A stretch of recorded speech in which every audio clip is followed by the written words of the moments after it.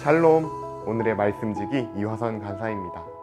오늘도 풍삼 말씀 영상 큐티로 하루를 시작하는 여러분께 하나님의 은혜와 평강이 가득하길 바랍니다. 오늘은 로마서의 주제와 구조에 대해 살펴보는 시간을 갖겠습니다. 풍삼에서는 로마서의 주제를 한마디로 하나님의 의라고 말합니다.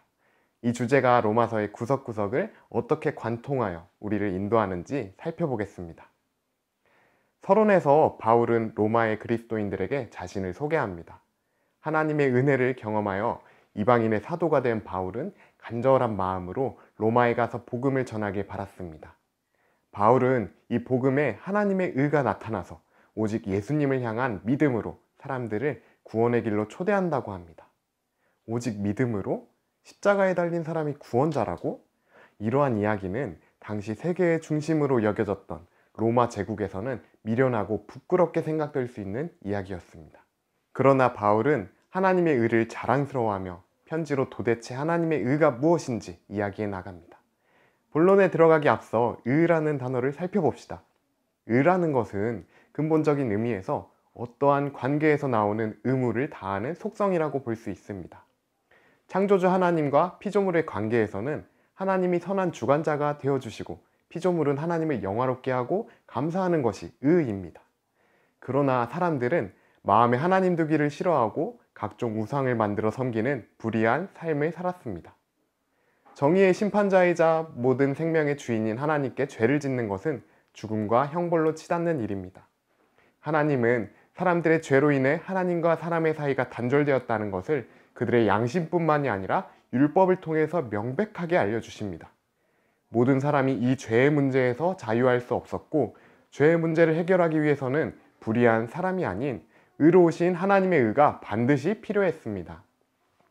이 문제를 해결하기 위해 율법과 선지자들을 통해 증거되었던 하나님의 의가 마침내 나타났습니다. 바로 그리스도 예수의 복음입니다.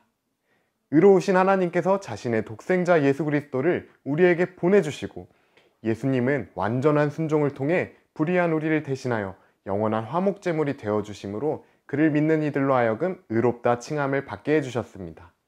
이 은혜는 유대인에게나 이방인에게나 차별 없이 주어졌습니다. 바울은 아브라함의 혈통과 율법을 지킴으로 구원을 얻으려 했던 유대인들에게 하나님의 언약과 아브라함의 믿음에 관하여 설명하면서 하나님 나라의 상속자가 되는 것은 사람의 혈통으로나 행위로서 되는 것이 아니라 오직 예수 그리스도를 믿음으로써 언약 가족이 된다는 것을 알려줍니다. 믿음으로 하나님 나라의 상속자가 된 우리는 하나님과 단절된 상태가 아니라 화평을 누리는 새로운 삶을 살게 됐습니다. 예수님과 하나 되어 그리스도 안에서 죽음과 부활에 참여한 우리는 더 이상 죄의 종이 아닌 의의 종으로서 살아갈 수 있게 됐습니다. 그런데 이 땅에 속한 육신으로 인해 우리는 항상 육신의 법과 성령의 법 사이에서 선택을 해야 합니다. 이 갈등은 우리에게 두려움을 주기도 합니다. 하지만 이는 우리와 똑같이 유혹을 받으시고 고통을 당하심에도 하나님께 순종하신 예수님의 발자취를 떠올리게 하여 그분의 사랑을 더욱 깊이 알아가게 하고 예수님의 재림 때 만물과 우리의 육신이 새롭게 되어 온전히 하나님을 바라보게 될 소망을 품게 해줍니다. 그런데 이토록 소중한 하나님의 의의 선물을 율법을 몰랐음에도 믿음으로 받은 이방인들이 있는 반면에 율법과 선지자들을 알았음에도 적극적으로 거부한 이스라엘 사람들도 있었습니다. 바울은 하나님의 심판과 구원의 역사가 신실하게 이뤄지고 있음을 구약의 말씀들을 통해 증거하면서 율법을 맡은 이스라엘 백성들은 결코 이 사실에 대해 자유롭지 못하다고 말합니다. 이런 사람들을 비방할 수도 있지만 바울은 오히려 애통하고 안타까워하며 이스라엘의 남은 자들을 향한 하나님의 뜻이 나타날 때가 올 것임을 이야기합니다. 그리고 우리 또한 하나님의 은혜가 아니었다면 이스라엘 백성들과 같이 될 수 있음을 얘기하며 스스로 자랑하지 말고 두렵고 떨림으로 구원을 생각하도록 합니다. 그리하여 구원의 완성을 기다리는 로마 그리스도인들에게 바울은 이렇게 권면합니다. 너희는 이 세대를 본받지 말고 오직 마음을 새롭게 함으로 변화를 받아 하나님의 선하시고 기뻐하시고 온전하신 뜻이 무엇인지 분별하도록 하라. 이 말을 시작으로 바울은 하나님에 의해 반응하는 신앙 공동체의 삶은 내 외부적으로 어떠해야 하는지 구체적으로 이야기해 줍니다. 로마서는 특히 내부적으로 헬라인과 유대인의 문화적 차이에서 비롯한 문제들로 서로가 하나 되지 못하는 문제에 대하여 중요하게 다룹니다.